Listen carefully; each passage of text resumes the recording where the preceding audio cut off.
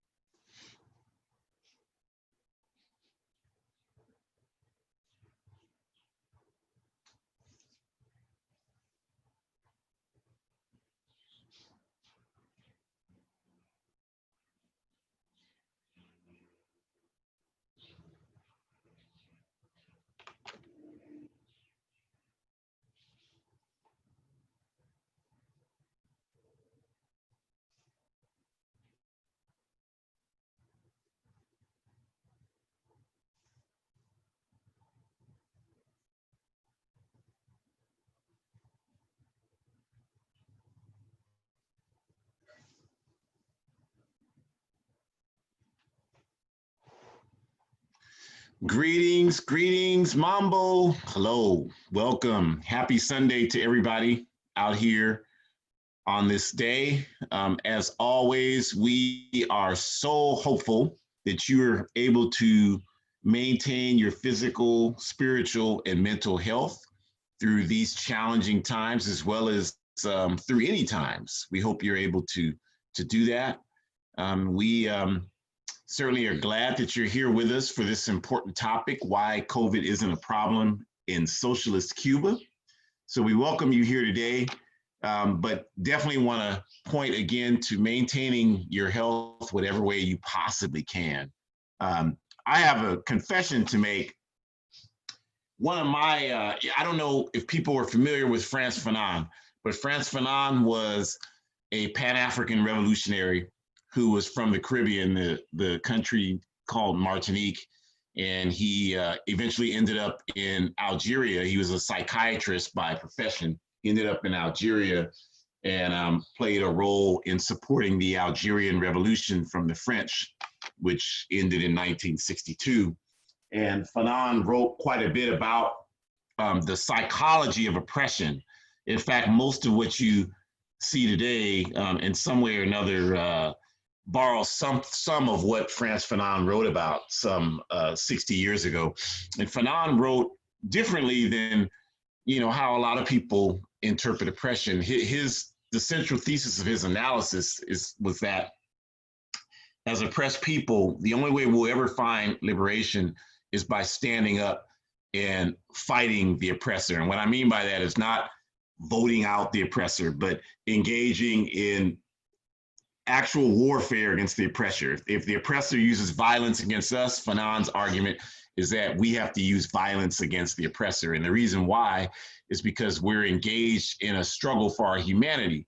And if someone's standing there beating you, and you don't defend yourself, that eventually begins to erode your own ability to value yourself as a human being. So that was the basis of his analysis. And so I mentioned that because one of my what I'm admitting, one of my favorite pastimes, in this day and age when all these bullies out here like to, scope out people, target people, and bully them with white supremacy. One of my favorite pastimes, because I'm the one like Cedric the Entertainer that I hope somebody bothers me. So one of my favorite pastimes is going in rural areas. I've done it in California my whole life. When I lived in Oregon, I did it there.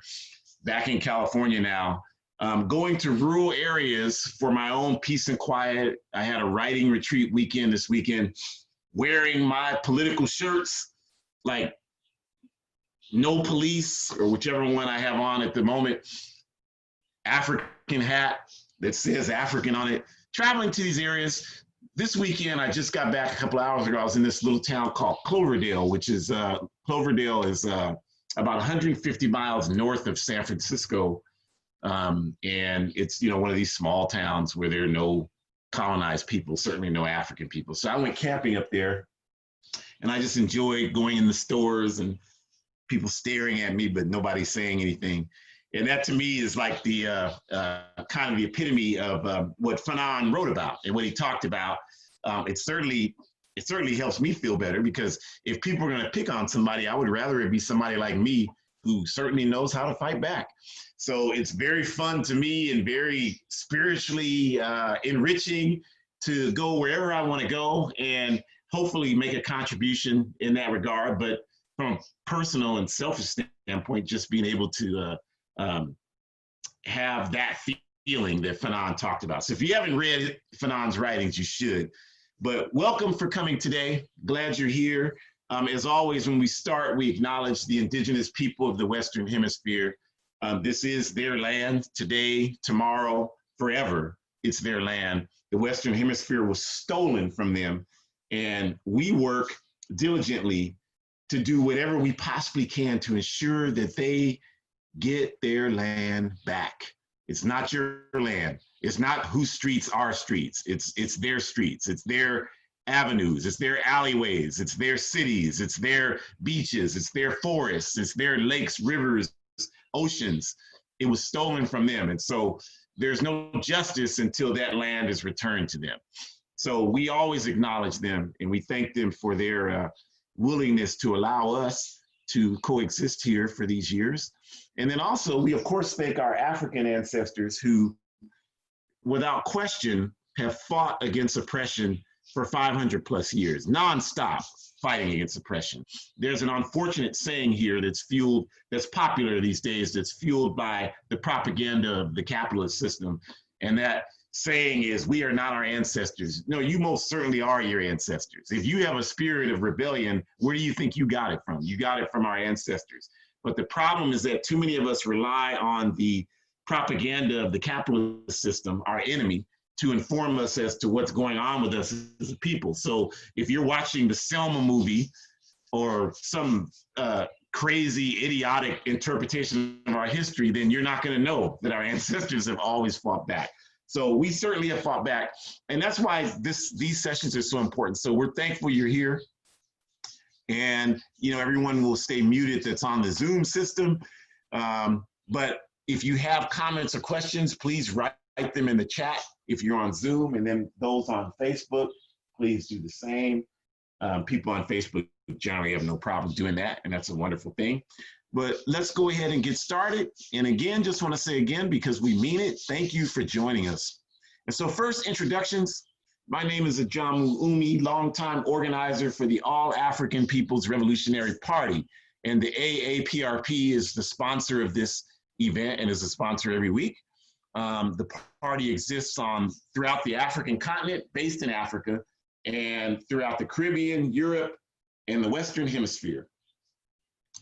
And if you want to get an understanding of what that is, we'll talk about that in a second. But first, I want to acknowledge my outstanding and marvelous daughter, Shakura. We do these together every week.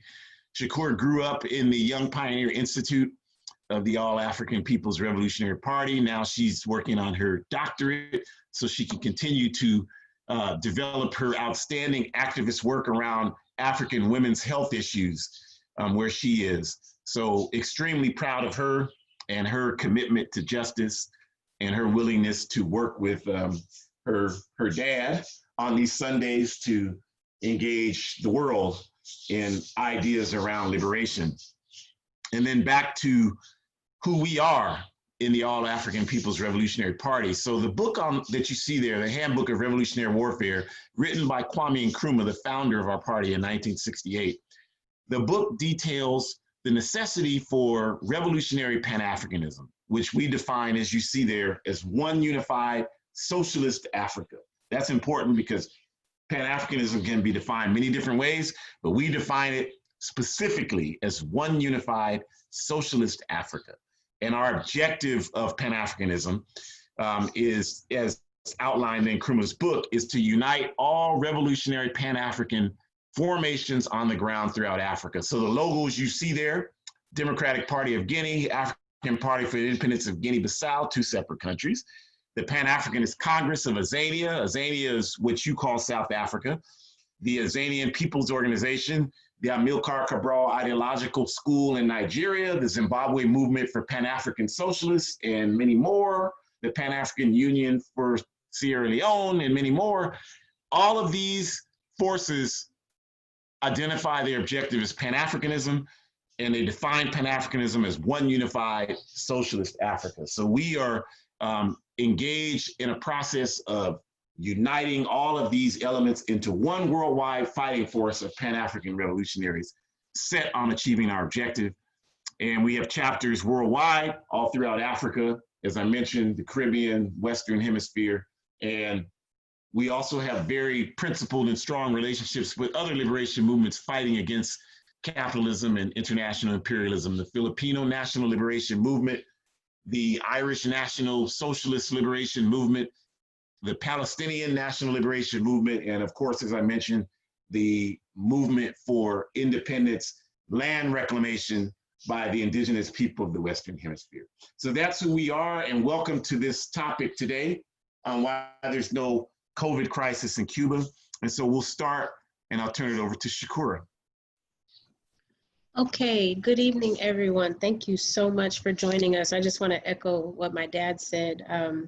I'm sure that there are other things you could be doing. One thing I've noticed with the pandemic is that there's even more housework that needs to be done. So if you are choosing to join us while you are sacrificing your time to do something else, I do thank you. And I'm super excited to be here with the party and with my dad.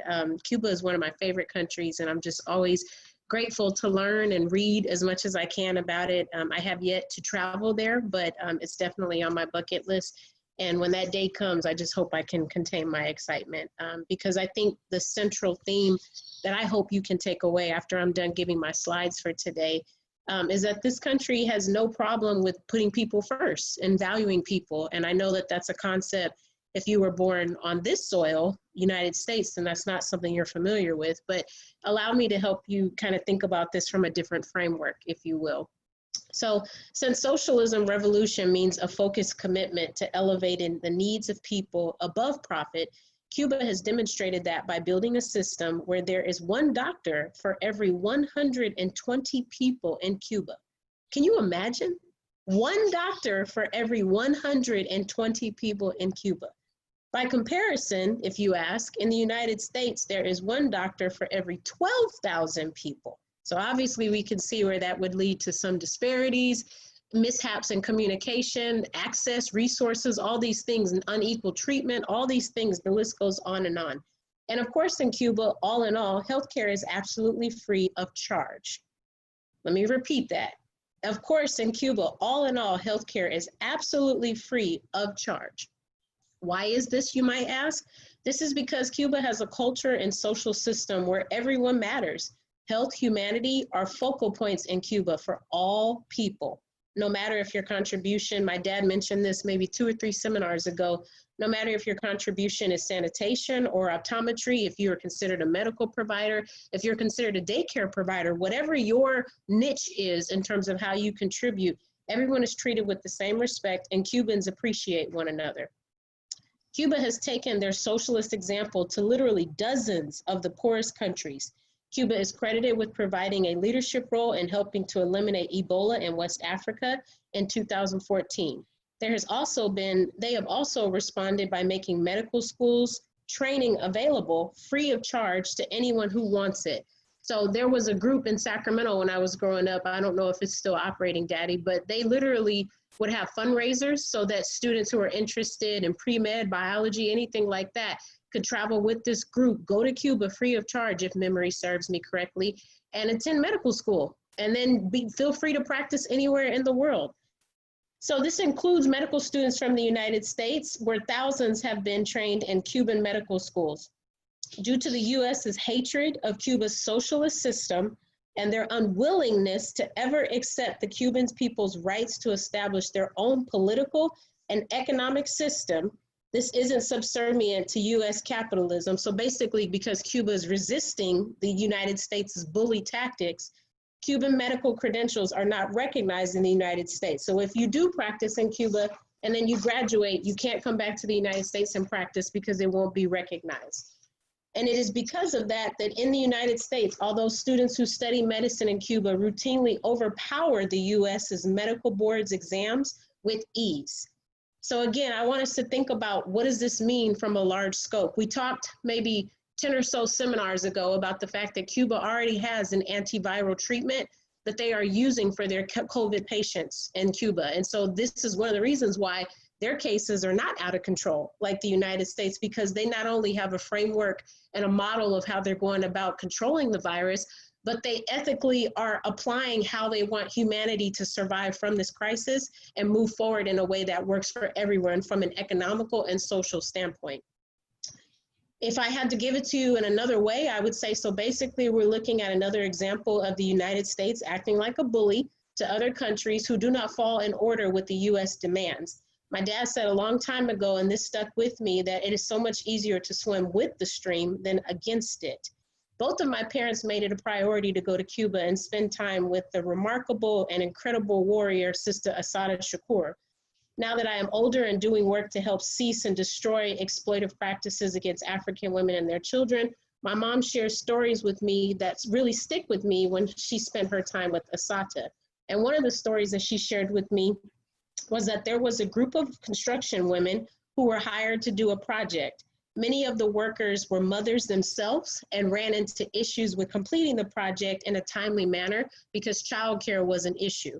And so the workers decided to organize and stop working on the project, take time to organize and not only help build, but create and sustain an infrastructure that allowed them to have childcare provided for them while they were at work doing construction. And this is just one of many examples of how Cuba really does try to make sure that their environment works for everyone there, because they're trying to think about how they can collectively make a difference for everyone so that the country can continue to benefit all of humanity. Next slide, please.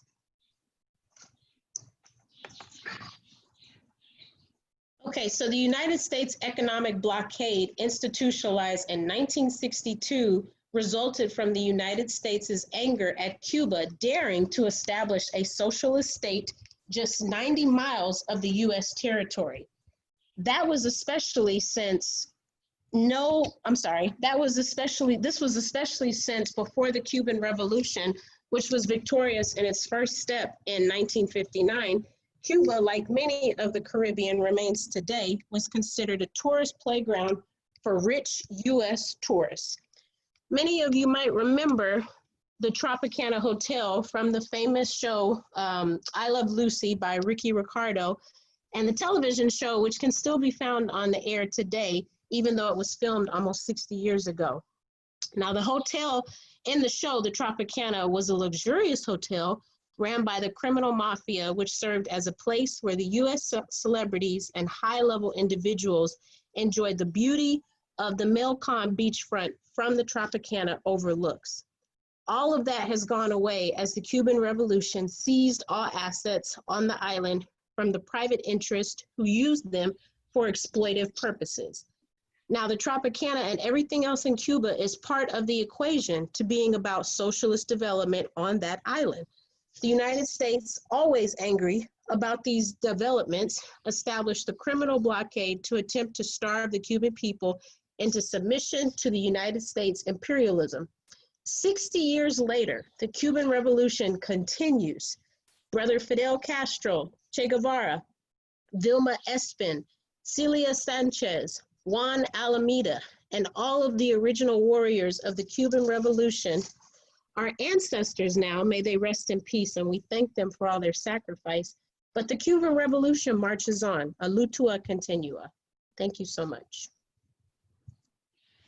All right, so let's talk about, thank you, Shakura. Wonderful. And let's talk about how Cuba has actually managed the COVID crisis. Okay, so the first thing that I think must be understood is that, as Shakura mentioned, because Cuba's system is based on human beings above profit and not the backward capitalist model of profit over people that exists in the United Snakes of America and all these capitalist countries, they had no problem transitioning to implementing a process that would ensure people were tested. They had tested up to, the last time I checked, which was more than almost 2 months ago, they had tested close to 40% of the 11 million people there on their island. So they prioritized that. And then that's very important because obviously, you know, once you do that, you can get a very real picture as to where the virus is concentrated, what efforts need to be made to confront it and prevent it from spreading further. And so as of last week, Cuba had 2,428 infections. That's only 0.0, not even 1% of their population, okay? And if you compare that to this country with over 3 million infections, 350 million people, and you know, that's my figure, 350 million. They say it's less, so even based on their figures, the percentage would be higher, but it's almost 6% of this population has been infected. So, you know, that tells you right there, if you were able to manifest a system similar to what they've been able to do there, you could probably do quite a bit to alleviate that level of suffering that we've experienced in this country. So, you know, Shakur mentioned the Cuban antiviral drug interferon alpha 2B. And so interferon alpha alpha-2b was developed by Cuba's medical community in 1981. And at that time, when Cuba had their what they call auto-financing economic system, which was basically a partnership with the Soviet Union, the then Soviet Union, the Soviet Union was able to help them develop that drug, that antiviral drug. And the way the drug works is it works with the body's proteins to build up the body's immunity system. You know, if you think about a virus, like if you get a cold, there's no cure for the cold. There's no vaccine for the common cold. But what you do, all the things you do, all the medicines you take, everything you do, eating soup or whatever it is you do, is designed to strengthen your body's immunity system so your body itself can fight off the virus. Well, that's what interferon alpha-2b was designed to do at that time to combat HIV/AIDS in Cuba. And so what Cuba actually ended up being able to do is they developed the drug despite of limited medical resources. They didn't develop interferon alpha-2b by relying on buying pharmaceuticals. They did it by placing a strong emphasis on their biomedical industry, where they develop their own medicines, because the US blockade prevents countries who have pharmaceutical technology from trading it with Cuba. So they have to develop their own. So they developed this interferon antiviral drug, and they used it to treat HIV/AIDS patients. And as they developed it, they actually became the first country on earth to eliminate mother-to-child HIV transmissions. This country still hasn't done that. And also many other things they were able to do. Cervical cancer is basically non-existent in Cuba, and a lot of the other calamities that happen here every day, they've been able to effectively eliminate. And so when the COVID crisis came, and it came to Cuba initially by way of Italian tourists, as best that they can track it. If you remember, at the time when Italy was in the initial phases of this pandemic, Italy was one of the hot spots. And so the Italian tourists there, they were able to take them and treat them effectively. And to actually all three of those people survived. And so from that, Cuba actually, as they always do, went into their humanitarian mode of helping other countries get the COVID crisis under control. And so at the time of this session today, they've been in 50 countries with thousands of medical personnel helping those countries fight the COVID crisis. Meanwhile, the richest country in human history, the United States of America, not only can't even manage the virus here in this country, but has gone to 0 countries to help them. Man, how you gonna help somebody else manage a problem you can't even manage yourself? It's out of control. You're the world leader in the problem. You can't help anybody else. So I saw a meme today that kind of summed that up when it said that the US has had no response to the pandemic, but yet they were able to create all of these resources to militarize the cities in the US to combat protests against white supremacy. So that tells you right there what the priorities are from this government. So this is a beautiful thing, this internationalist mission. And you have to understand something about Cuba. This picture says it all. In Cuba today, medical personnel, doctors, nurses, the custodians who clean the hospitals, everybody who interacts with the medical system, they're viewed in Cuba as national heroes. They're viewed there the way the capitalist system here constantly pressures you to view police and military here. The difference is they have saved millions of lives with their work. The police and the military here have murdered millions of people with their work. So these are not heroes here. I don't care whether your daddy was in the military or whatever, they're not heroes. Sorry, they're not. These people, these medical folks in Cuba are actually saving and improving people's lives. So people view them correctly as national heroes. And so this effort that they've made in these 50 countries has been despite having very limited resources, but they prioritize making sure that whatever resources they have go into this process to make people's lives better. That's very important for people in this backward country to understand, because people here, really try to act like what's happening here is the best that can be done. And if we just vote one clown out and vote the next clown in, that's going to solve the problem. And not understanding that that's never going to, the problem will stay here until a system is created where the people are prioritized. And that can only happen when the people themselves are the managers of the system. So that's what you have there. And that's a different discussion about, the entire level of democracy. Because when Cuba does something like their medical missions, this is something that's debated by millions of people in Cuba. I mean, you want to talk about democracy. Who here on this call got a call during any of the US invasions anywhere asking you whether or not this country should invade those countries? That doesn't happen here. You don't have any say in anything. You don't have any say in what the COVID crisis would be, and nothing. So, people here have no understanding of democracy, and that's a different discussion for a different day. But the national heroes and the ability for the Cuban people, despite their limited resources, to support their efforts abroad. I mean, it's truly an amazing thing, especially when they're being constantly attacked by this system.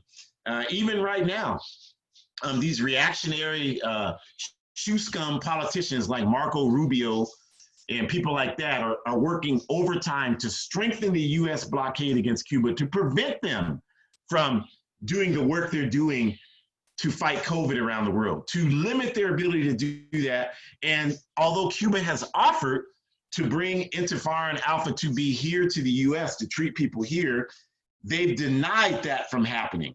They've prevented that from happening. They've done everything they could to do that. And in fact, according to leaked White House memos here, the Trump administration has stated that Cuban policy today is whatever, quote unquote, Marco Rubio wants, quote unquote.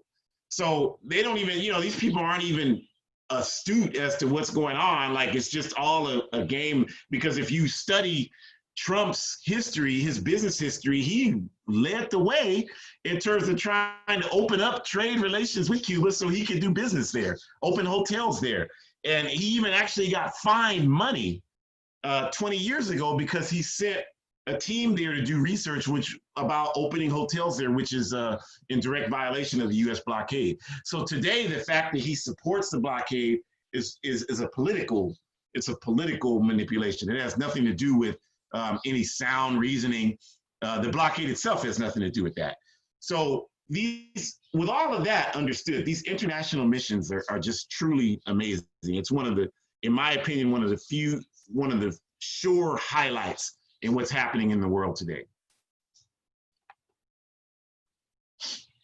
And the best part about this, and especially for those of you who doubt the sincerity of the Cuban Revolution, and we get it, you get capitalist propaganda 24/7, 365 days a year. And the reason why we had the slide of Fidel Castro's book, In Defense of Socialism, is because we know you haven't read it.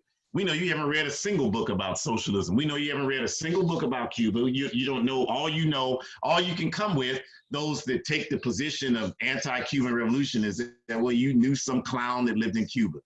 And because this clown told you something, then that's your rationale and your basis for why you question the Cuban Revolution.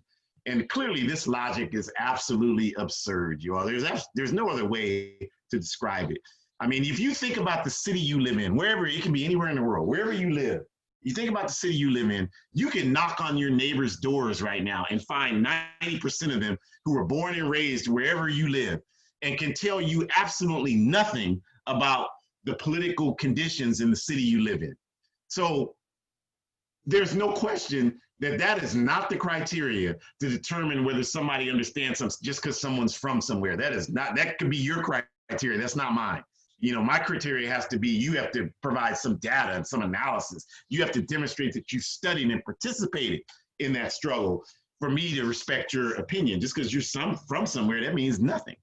So we know, and this is what I mean by data, what I'm about to say. We know that all of this international work that Cuba has done, the 50 countries helping them against the COVID crisis, the fact that Cuba we talked about this last week, sent 500,000 troops to Southern Africa in the late 80s and 90s to defend Southern Africa against racist apartheid, which was attempting to spread throughout the entire southern region of our homeland. Zimbabwe, Azania, what you call South Africa, all of these countries, Namibia, Mozambique, Angola, Zambia, Zimbabwe, all of these countries. And Cuba was the one force in the world that stood up to defend our people. And the fact that they do all these things, they've received nothing in return for that. The people who were fighting to spread apartheid were mercenaries. They were paid by the apartheid regime in what was then the Republic of South Africa. They were paid through the Central Intelligence Agency, CIA, criminals in action. They were paid to engage in murder and brutality against African people fighting for liberation in Southern Africa. The Cubans have received nothing. They've received nothing for traveling to 50 countries. So if that's not evidence to you of a people in a revolution that places people above profit, and if that's not evidence about how much more advanced socialism is than capitalism, then there's no argument that can sway you. You just want the people that just has to go when we get strong enough in our revolutionary struggle. I mean, clearly, you know, they have lost a lot. And they started out with little. They've contributed an overwhelming amount, and they've received nothing in return. And they've done that not once, not twice, but repeatedly. I could sit here and name a number of these international missions that they've engaged in, where they have gone through the same process, and they have received nothing. So that's an example of, to us, of humanism at the highest level that it can exist.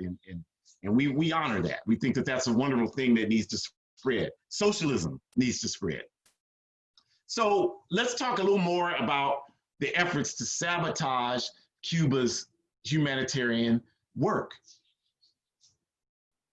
So as we talked about, you know, this country, the United Snakes, has done everything it can to attempt to sabotage Cuba's effort to carry out these humanitarian missions. Now think about that for a second. Think about that for a second. You pay taxes, those of you that live in this country, you pay taxes to a government that does everything it can to sabotage Cuba's effort to help humanity. Meanwhile, this government is doing nothing to help humanity. After the flooding in New Orleans in 2005, Hurricane Katrina, when all the African people were left to die in the streets of New Orleans, Cuba offered a tremendous humanitarian package to help assist them. Meanwhile, this government was sitting on its hands doing nothing. Why?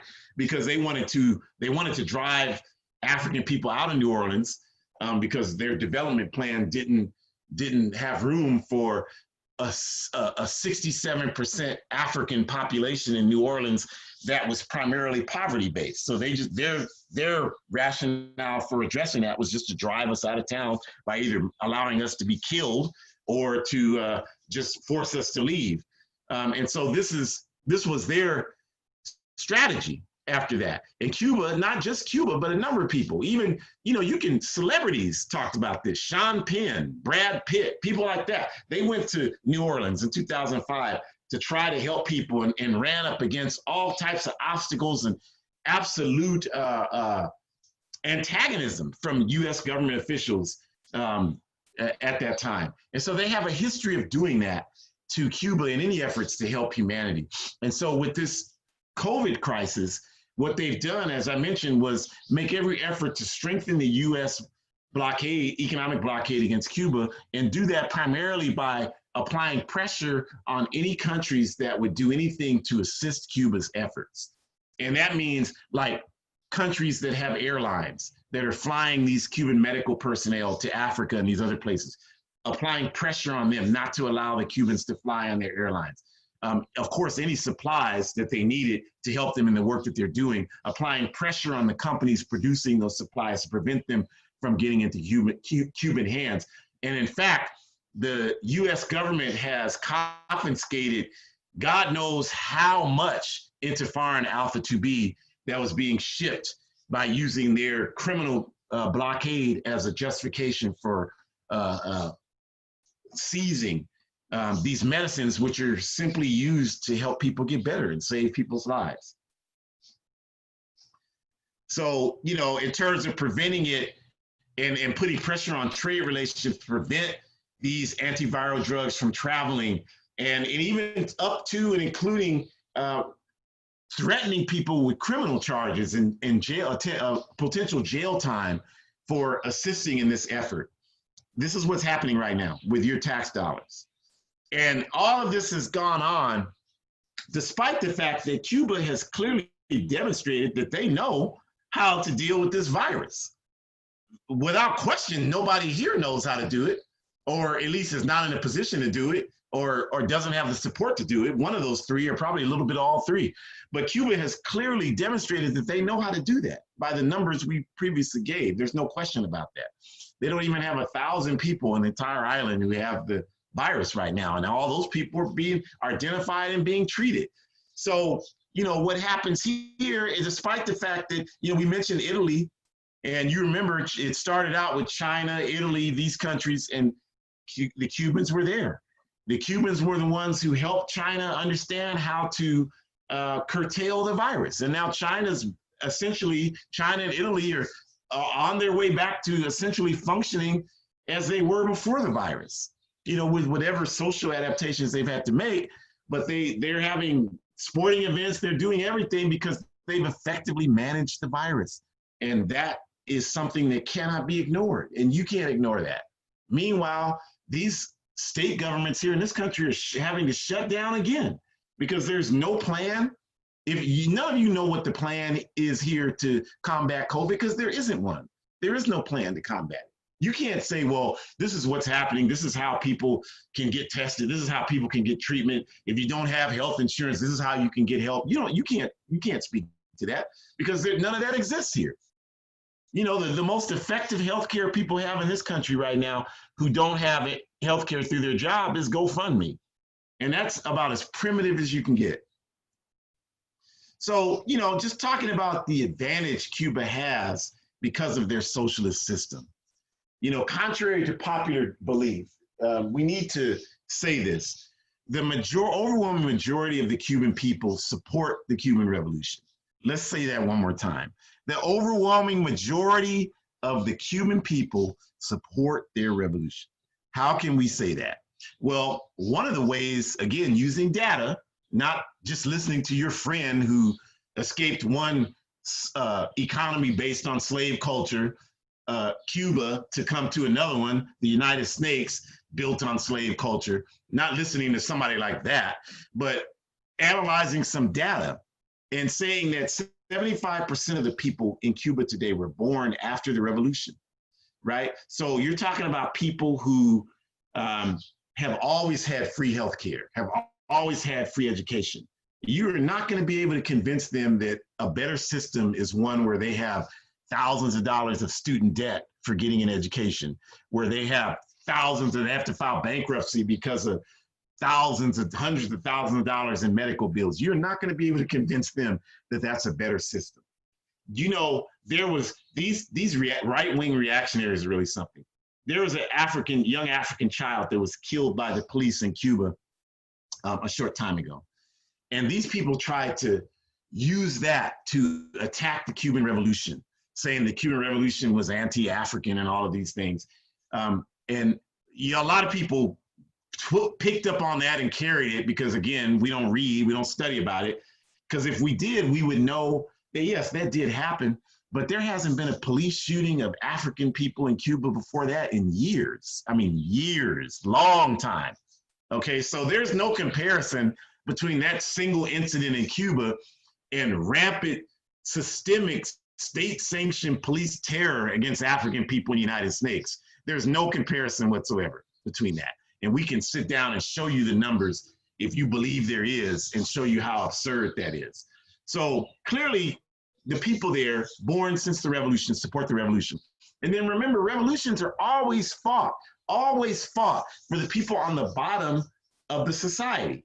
So since the entire Western Hemisphere was built on the theft of indigenous people's land and the enslavement of African people, of course, are on the bottom of every society in the Western Hemisphere, every society in the world, because of colonialism plus slavery. And so the majority of people in Cuba today are African people with African roots. an estimated 70% of the people that live there now. Because we know this is true because 98% of the so-called Cuban exile society in Southern Florida, those scum people in Southern Florida, that's what they are. They're all European descended people. They're all white people.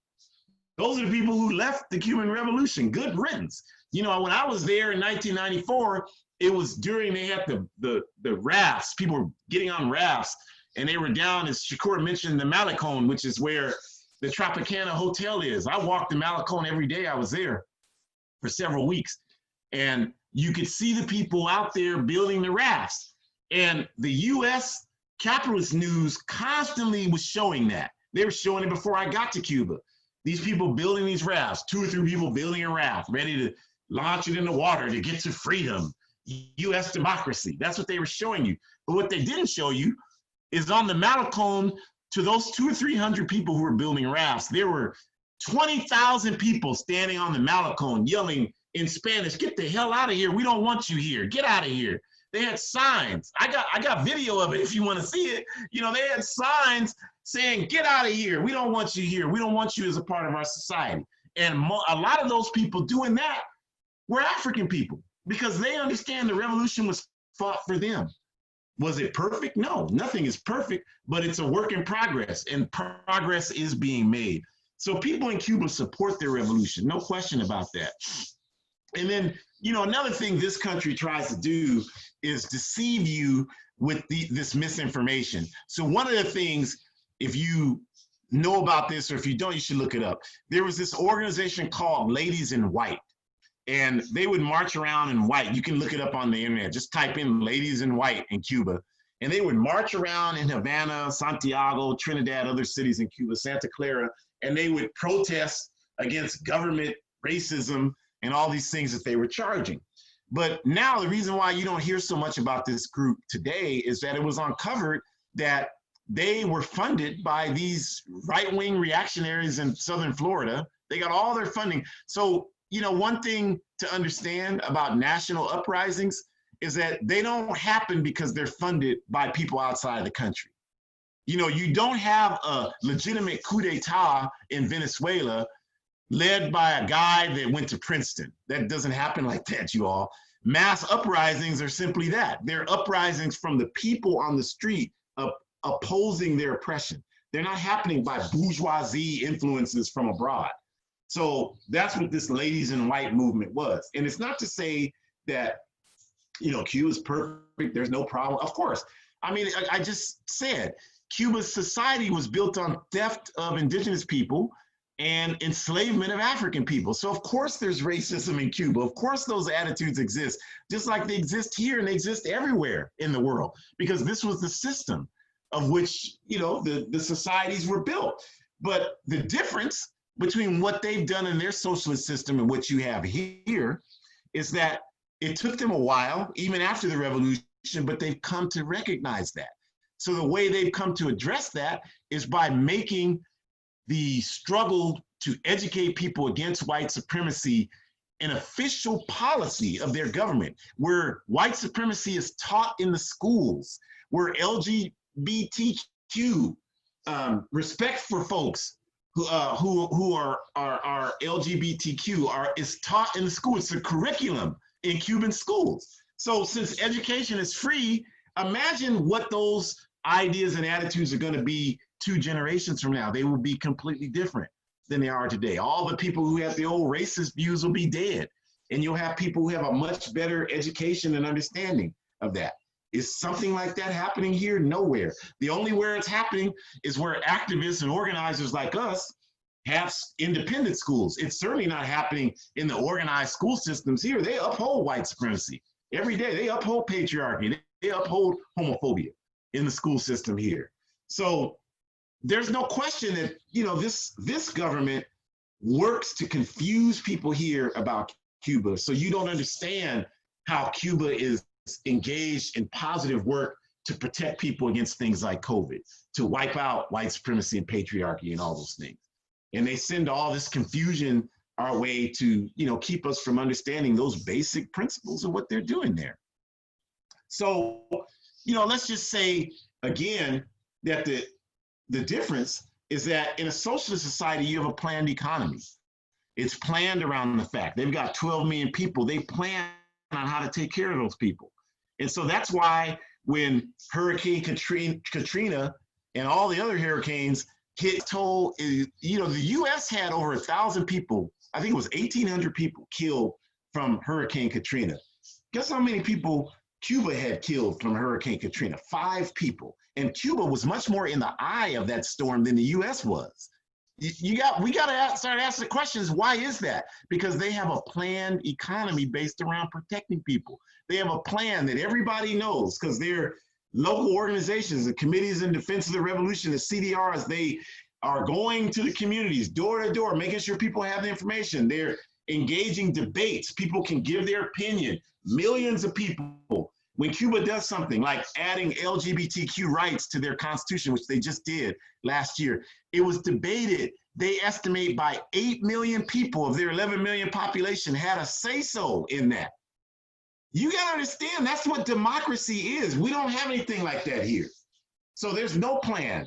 When something, if an earthquake hit here right now, you don't know what to do. I mean, if you haven't just prepared something individually for yourself and your family, you don't know what to do. You don't even know where to go for safety. You know why? Because there is nowhere to go. That's not a part of the plan here. That's why. There's nowhere to go for you and me. There's places to go for the bourgeoisie, but there's nowhere to go for you and me. We're just supposed to die. We're supposed to work, make profits for them, and then die. That's the objective here. So, as we close, we left a few minutes extra just to try to, again, and this is every week, and it'll be every week. And I said this before, I'll just say it again.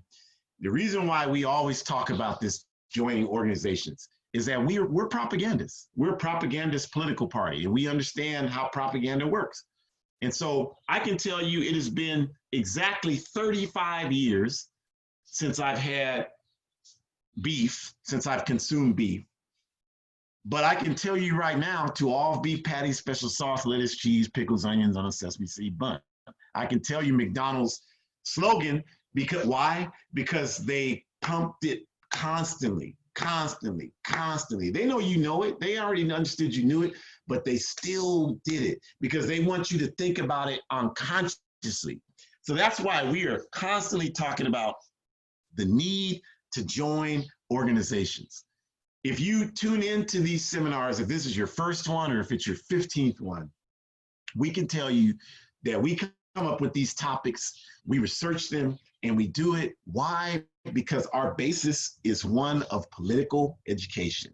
And what that means is that I didn't just rely. Now, I went to the bourgeois institutions. I got a master's degree in economics, political science. I did that.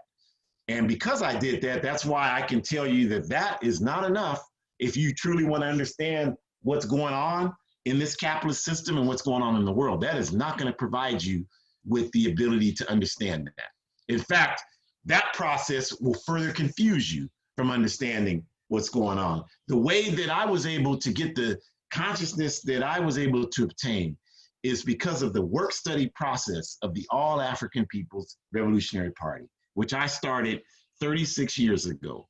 And what that process looks like, you all, is every 2 weeks, we have a meeting where we read material and we discuss the material with each other. We rotate facilitation so everyone gets the skill in facilitating a meeting, developing questions, facilitating discussion, all of that. And we do that. If you think about the example I gave about Cuba's ability to have debates on issues, that's because they trained their organizers on how to facilitate that process. Well, that's what we're doing. And we do that all over the world. We have work study circles all over the African continent, in Europe, in Canada, throughout the United States, in the Caribbean. We do this. And everybody who participates in the APRP has to participate in a work study circle. So I'm sure you can envision 36 years of doing that. Yeah, you're going to develop some pretty strong facilitation skills. You're going to have a pretty good, not only a good analysis of the world, but you're going to have a really strong ability to break down things when they happen. You're not going to have to rely on bourgeoisie news to do it. You're going to have your own foundation. You're going to have your own resources. You're going to have independent analysis that can help you come to conclusions that are based in justice and not based on propaganda by multinational capitalist corporations. So our thrust is that every organization, first, everybody's got to be in an organization. We got to get people in organizations. And so people constantly say the same thing. You know, they say, well, I'm not an organization because I'm busy. I don't have time for that right now.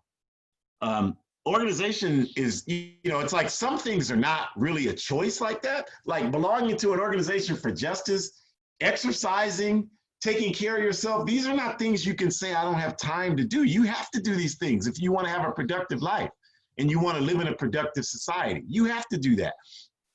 And I think it's funny. I mean, just to be honest with you all, I think it's funny when people tell me they don't have time to be in organizations. I mean, they're saying that to someone like me who works full-time in an organization, who recruits and organizes in that organization, who slaves full-time in the capitalist system, who writes, who produces books. I'm working on 2 different books now. I've already published 4 others, working on 2 more. I mean, it's funny to me when people tell me, oh, I don't have time, because I know that that's just a question of organization. And if I sit down with you and go over how you spend your days, I can guarantee you we can find time. Just like if I sit down with you and go over your budget, I guarantee you we can find money that you don't even know you're spending, that you're wasting. I can guarantee we can find time you don't even know you're wasting. You know, people that I know watch a lot of television. People that I know spend a lot of time getting high, tell me they don't have time. And I'm not saying you can't watch television and you can't get high. That's your choice if that's what you want to do. But don't come and tell me you don't have time. You got time. You're just not utilizing your time properly. So everybody, yes, we don't back down from that. Needs to be in an organization because you cannot solve the problem by yourself. You can't, even if you have the best ideas in human history, you can't solve the problem by yourself. Marcus Mosiah Garvey said that the reason why people have to come together to solve our problems is that at most we live 70, 80, maybe 90 years. The earth is hundreds of thousands of years old, millions of years old. So no one person lives long enough to understand the workings of the earth. But when we unite with someone and we got 10 people who have 50 years, now we got some experience working for us. So that's why organization is so important. Plus, we're all going to die. And so even if you do have the best solution to the problem, if you don't share it and participate with other people with it, what good is it? It dies when you die.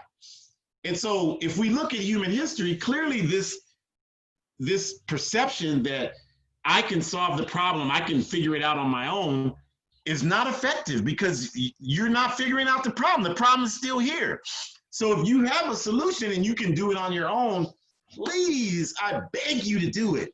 Please put it into action and solve this problem and help us all out. If you know how to do that on your own, do that. But the reason why you're not doing that is because you can't do it on your own. So there's no question that everybody has to be in organization. And there's also no question that being in an organization doesn't mean you have to submit to Robert's Rules of Order. Organization is 2 or more people working for a common objective. It can be any format you wish. That's up to you. 2 or more people working for a common objective. And so you can do that. And once you do that, you have people in there. You must have a political education program, as I described, like we have work study process. You have to have that.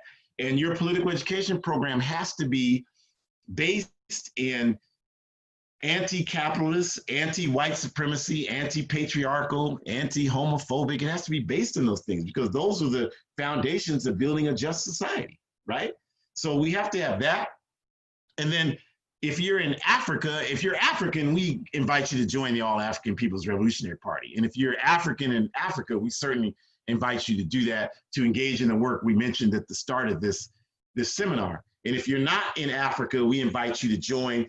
And we want to push this concept of community defense, which is a way for us to link up with our struggle to build on the ground revolutionary forces in Africa. It's a political strategy to do that. So we ask you to do that. And we think that if we do those things, then we are creating the foundation to make fundamental change in this society. It's great that people are out protesting. That's a wonderful thing. We're not speaking against that. We're just saying we need to take that to the next level. And the next level is not just spontaneous protest, but organized revolutionary struggle. That's the next element, because we can't be doing all this to save capitalism. That's not going to solve the problem. So we have to be doing this to try to ensure that we build and create something better. So I saw something, and I can comment on this because I used to live in Portland, Oregon. I saw something where a seemingly well-intentioned person, during the protest, they're having protests there because, federal fascism, and someone, went and sat in front of the police with no clothes on. And a lot of people see that, they're like, oh, this is a wonderful thing, because I guess when the police saw that, they left. But the problem is that's a well-intentioned effort. I get it. It's well-intentioned. Somebody wanted to do something. But the problem with this is that this is another example of how we do things based on making ourselves feel better about the problem instead of really engaging seriously to solve the problem. Because yeah, the police left, but y'all, they coming back. Okay, they coming back. They ain't going nowhere. They're coming back. So great, valiant effort, but that type of spontaneity is not going to solve the problem. It just isn't. And so the only thing that will solve it is the organization of the masses of the people. So we ask people to, if you're African, join the All African People's Revolutionary Party. And you can join us by going to our site, our international site there, aaprp-intl.org. And you can make an inquiry about membership. And if you want to know more about the work study circle process, you can do that there. You don't have to be a member of the AAPRP to participate in work study circle processes, but you do have to be African, of African descent. And then if you want to know more about, on a local level, what's happening here with the work that, I happen to participate in, and also some of the writings that I do, there's a blog there, betterworld.me, Jamu Umi's Truth Challenge. So you can go there, and you can also reach out if you want to talk about joining the party. You can do that there as well. And then also the other, hoodcommunist.org. This is a collection of African revolutionaries who write. I'm one of them. So we encourage you to check that out.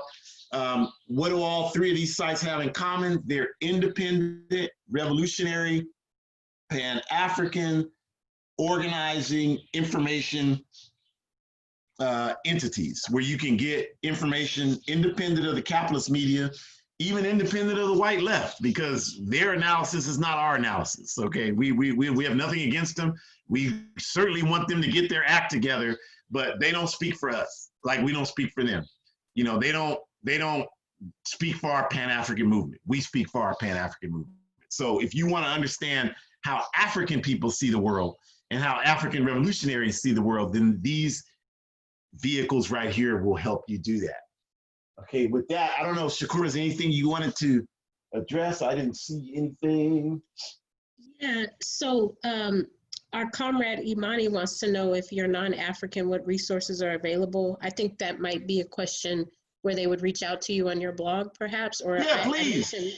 I mentioned the PRP YouTube page as well. So yes. Okay, cool. Thank you for that. Yeah, and just to build on that quickly, so if you're not African, I usually say this, but I forgot because I'm tired, because I've been out here trying to challenge white supremacy. But if you are not African and you want to start an organization and you want to do that, our resources are limited, please understand that, but we will do our best to help you do that. But we're only interested in helping you build an organization that has political education. We're not interested in just helping you. If you just want to build something to elect people, great, more power to you, but that's not what we do. So if you want to build a grassroots organization, you don't have to be African to do that. We'll help you do that. We would love to work with you. So yeah, reach out, betterworld.me, and let me know. But be ready to work. Like I can't just, I can't just be a source for you to vent the problems of the world. I got my own problems and struggles I'm trying to deal with. Like that's just not an effective use of my time. You need to be able to do that, but I'm just not the right person for you to do that with, because I'm trying to build something. We're trying to build something. So if you're ready to do some work, yeah, come on, let us know. We'd love to talk. All right. So we want to thank you all for coming in today. We hope you gain some valuable information that can help you talk to people, go out and talk about this to the world, help people understand that we can have something better, so that we're not suffering. We can do that, and that's the point that we're trying to make. And so we'll be back next week. We'll keep this going as long as it's viable, and we'll be back next week with a different topic. So we please ask you to spread the word. Obviously, we can't advertise, but if you can talk to people and let them know, that's great. I know a lot of you are doing that. So we appreciate that. We appreciate you. Do something nice for the rest of this evening. Forward ever, backwards never. We are always ready for revolution. Be safe, be strong, stay up, and let's win.